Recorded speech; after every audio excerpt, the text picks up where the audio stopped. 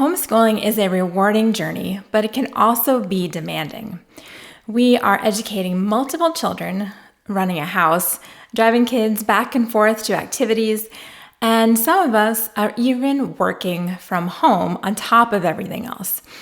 Basically, we're doing it all. And juggling all of these responsibilities can often lead to burnout. I'm Marisa from Call to Mothering, and I encourage and equip moms who are raising toddlers to teens. In today's video, I'm sharing 7 practical strategies to prevent burnout and maintain a healthy balance when you're teaching your kids at home.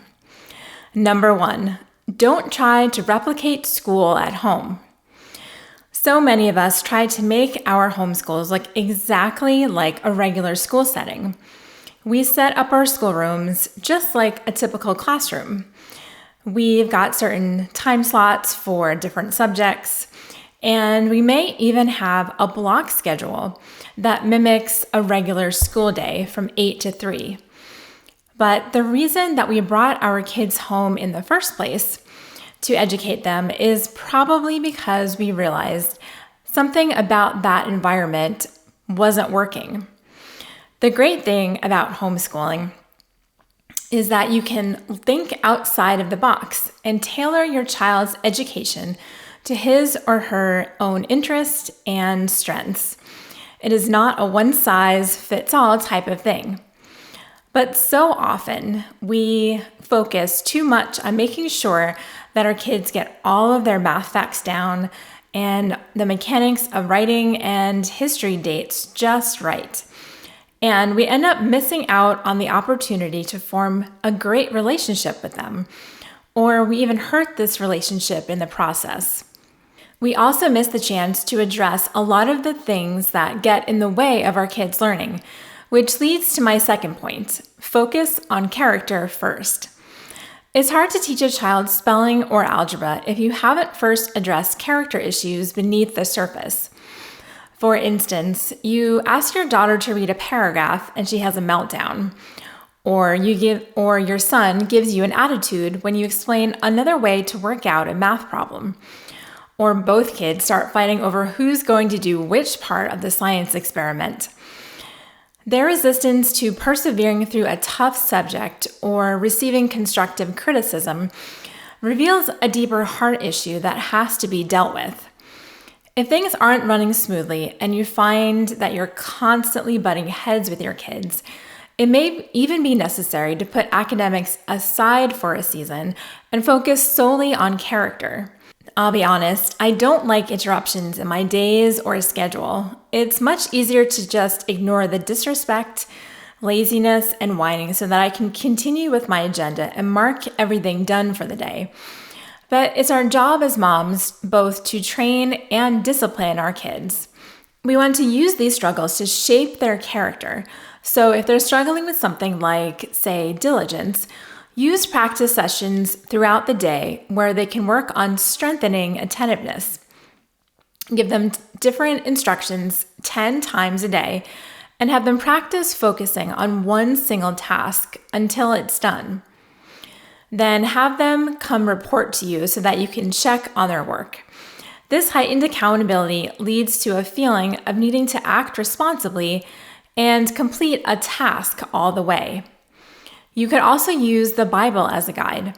Again, if you're trying to teach diligence, you can show them a verse such as Proverbs 6:6 that says, "Go to the ant, you sluggard, consider her ways and be wise."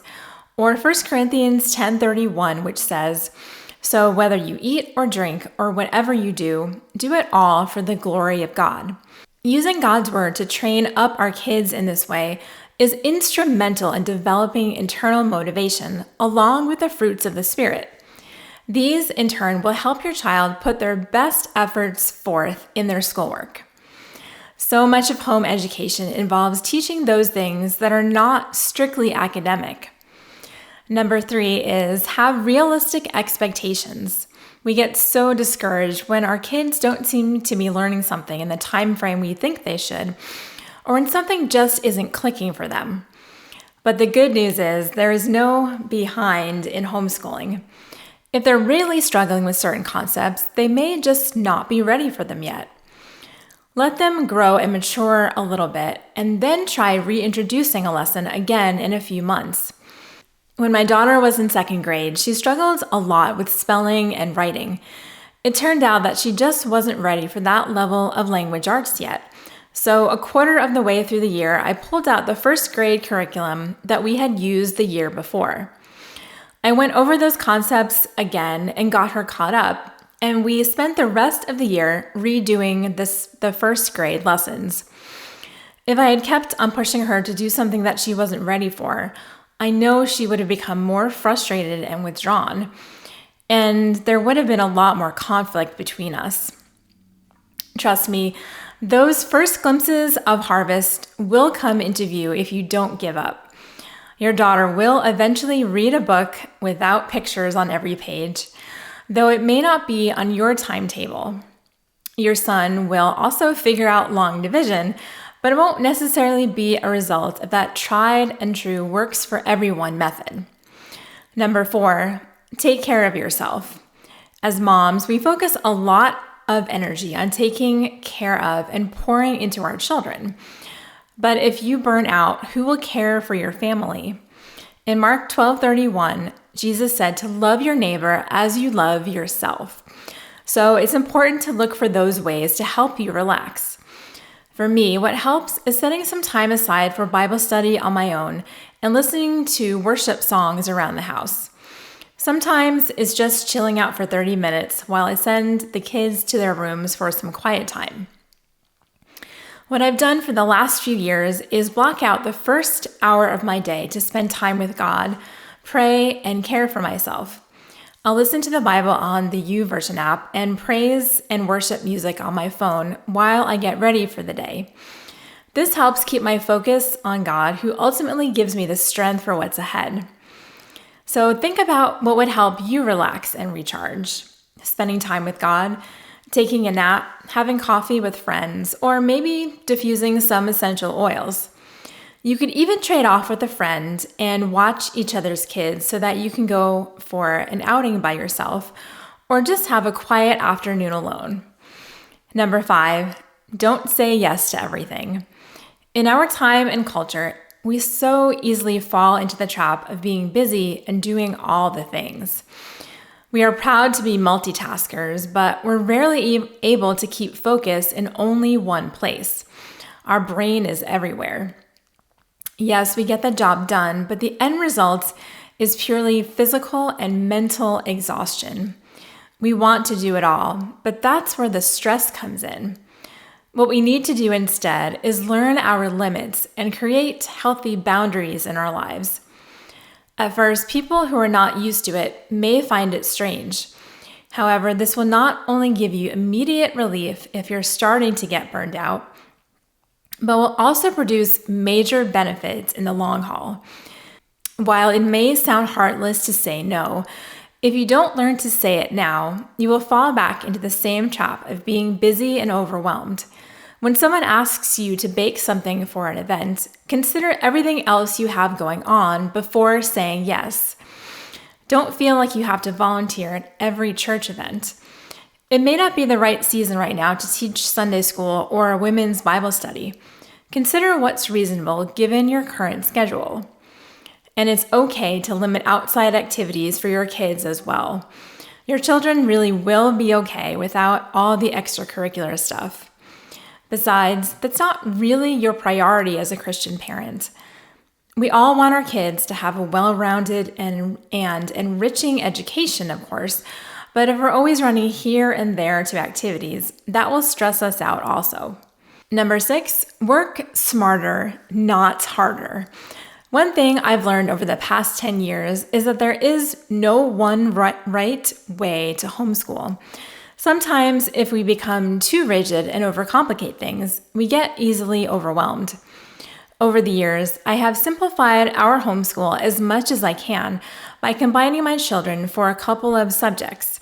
Since they're only 3 years apart, they studied science and history together while having separate language arts and math levels.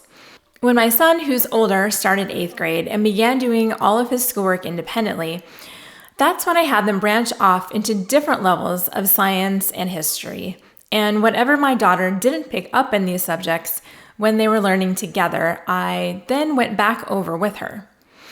I highly recommend helping your older kids become independent learners so that you are not having to do the bulk of the work.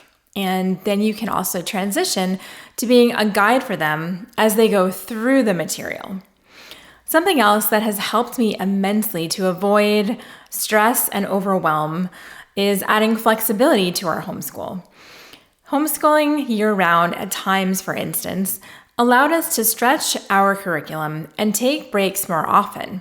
I have also tried to structure our year where we take a sabbatical week every 7 weeks, which means taking a complete break after every 6 weeks of school. This lets us work as fast or as slow as we want, taking time to create memories, dive deeper into our favorite subjects, and find beauty and wonder in what we are learning. So we do less at a time, but ultimately we do better. And lastly, remember your why. One of the best ways to prevent burnout is to remember why you began homeschooling in the first place. Many of us start out with a particular goal in mind, like wanting closer relationships with our kids or teaching them our values or beliefs. But over time, we lose sight of these goals and we end up pursuing less important ones. One of the most common reasons for weariness and frustration among homeschool moms is the weight of self-inflicted deadlines and standards. We need to be asking ourselves, am I keeping my main goal or why in mind? And does my homeschool meet this objective? We should view homeschooling not as an end in and of itself, but rather as a means to an end, such as raising respectful, responsible, and resourceful kids who love the Lord. Getting the right answers to a test is meaningless unless a child knows how to apply those truths to everyday life. As parents, we want our children to excel academically, and homeschoolers usually do. Our main motivation for homeschooling, however, should not be academic prowess. In trying to teach academics, are we achieving our ultimate goal of developing character or growing those close family relationships? By keeping in mind that we are homeschooling because of these objectives, we won't be so frustrated when our child doesn't understand phonics or chemistry. When we ultimately orient our homeschool around our why, we will then have the flexibility to change our educational approaches, relax in the face of deadlines, and put family relationships above test scores. Homeschooling can be a wonderful opportunity to guide your kids along a path of learning and creativity as you do life together. By giving yourself plenty of grace, flexibility, and margin to rest and focus on your own health, as well as your children's character, you replace burnout with peace, joy, and fulfillment. Thank you so much for watching. And remember, you are not just a mom.